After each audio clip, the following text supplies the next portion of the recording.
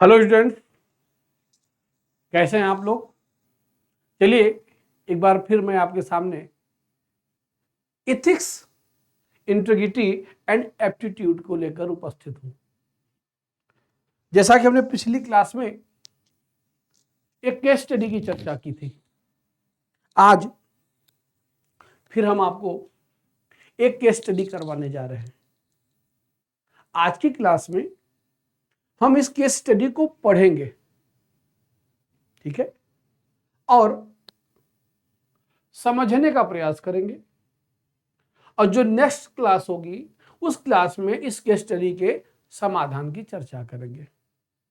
तो case study है कि दिवाकर एक उप सचिव के पद पर कार्यरत है। इनका मुख्य कार्य सरकारी भूमि का आवंटन है, जो कि केवल अनुदान से संबंधित हो।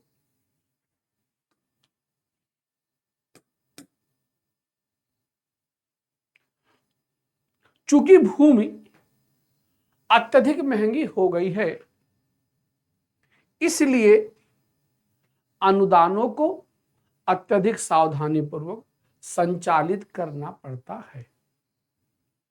सरकार ने सार्वजनिक उद्देश्य के लिए अपनी अनुदान हेतु एक नीति निर्धारित की है। सार्वजनिक शैक्षणिक संस्थानों, छात्रावासों, अस्पतालों, धर्मार्थ संस्थाओं, सरकारी कार्यालयों और ग्रामीण बुनियादी ढांचे जैसे उद्देश्यों के लिए भूमि अनुदान हेतु का प्रावधान है। एक दिन एक प्रधान शहरी क्षेत्र में प्रस्तावित एक सांस्कृतिक केंद्र को भूमि अनुदान प्राप्त करने का प्रस्ताव लेकर दिवाकर के पास पहुंच गया। प्रस्तावित सांस्कृतिक केंद्र राज्य संस्कृति विभाग से आदेशित न होकर निजी समूह से मान्य है।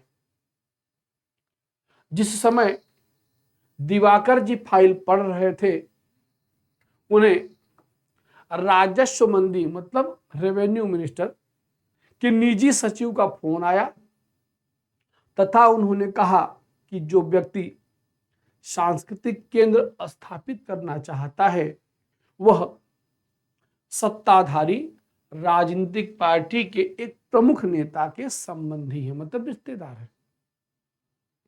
यह भी कहा कि प्रस्ताव को निचले स्तर से मंजूरी मिल गई है, इसलिए आपको भी सकारात्मक रूप से समर्थन करना चाहिए।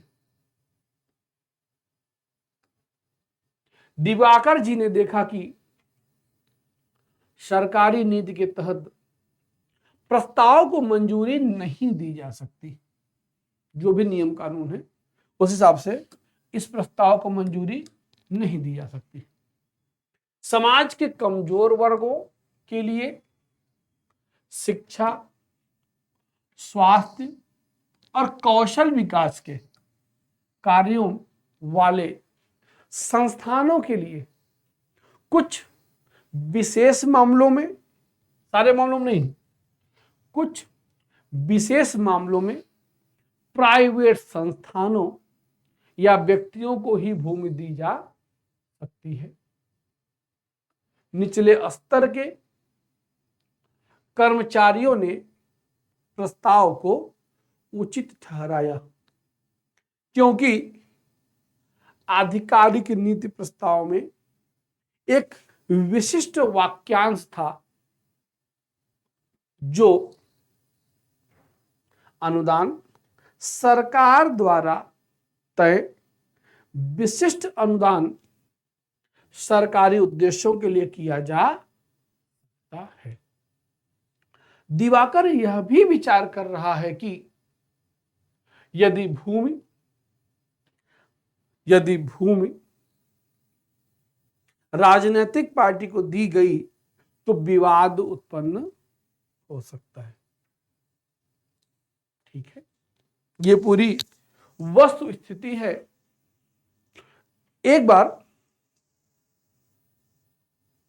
इसको फिर से देख लीजिए पूरा मामला।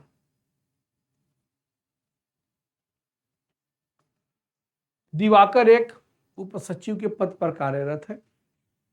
इसका मुख्य कार्य सरकारी भूमि का आवंटन है, जो कि केवल अनुदान से संबंधित हो।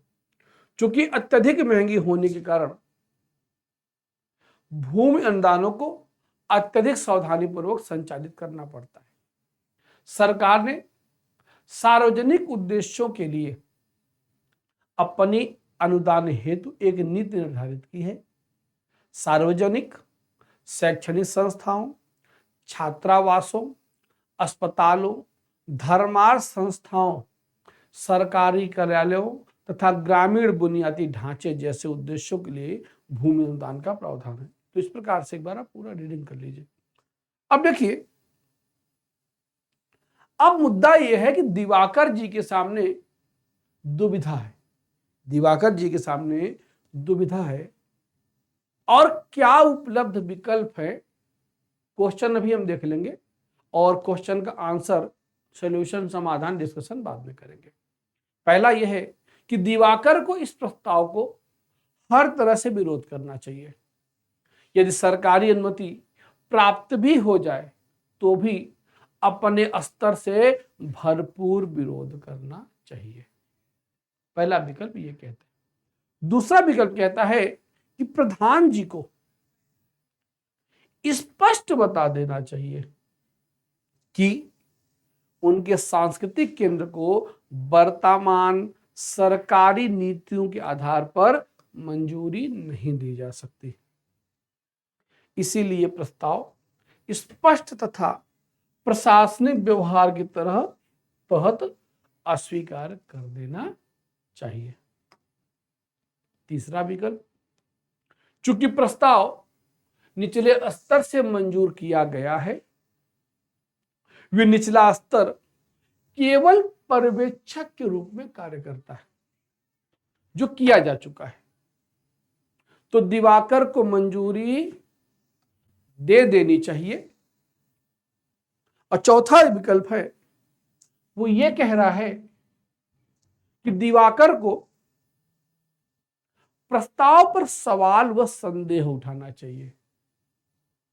दिवाकर को इस मामले में सूचना के अधिकार का प्रयोग, आरटीआई का प्रयोग करके संबंधित अन्य जानकारी निकालनी चाहिए तथा उसके बाद इस मामले को लोकायुक्त के सामने उठाना चाहिए। ये केस स्टडी है, ये 4 प्रश्न हैं, 4 विकल्प हैं। आपके विचार में दिवाकर को कौन सा विकल्प चुनना चाहिए और क्यों चुनना चाहिए? देखिए, आप इस बात का हमेशा ध्यान रखिएगा, जैसा कि हमने पिछली क्लासों में बताया था, आप क्या चूज करोगे ये तो बताओगे, आप क्या चूज नहीं करोगे इसके पीछे भी आप अपने तर्क दोगे। ठीक है, तो चलिए आज की क्लास को हम यहीं समाप्त करते हैं। अगली क्लास में हम इसका सॉल्यूशन आपको कराएंगे। Thank you.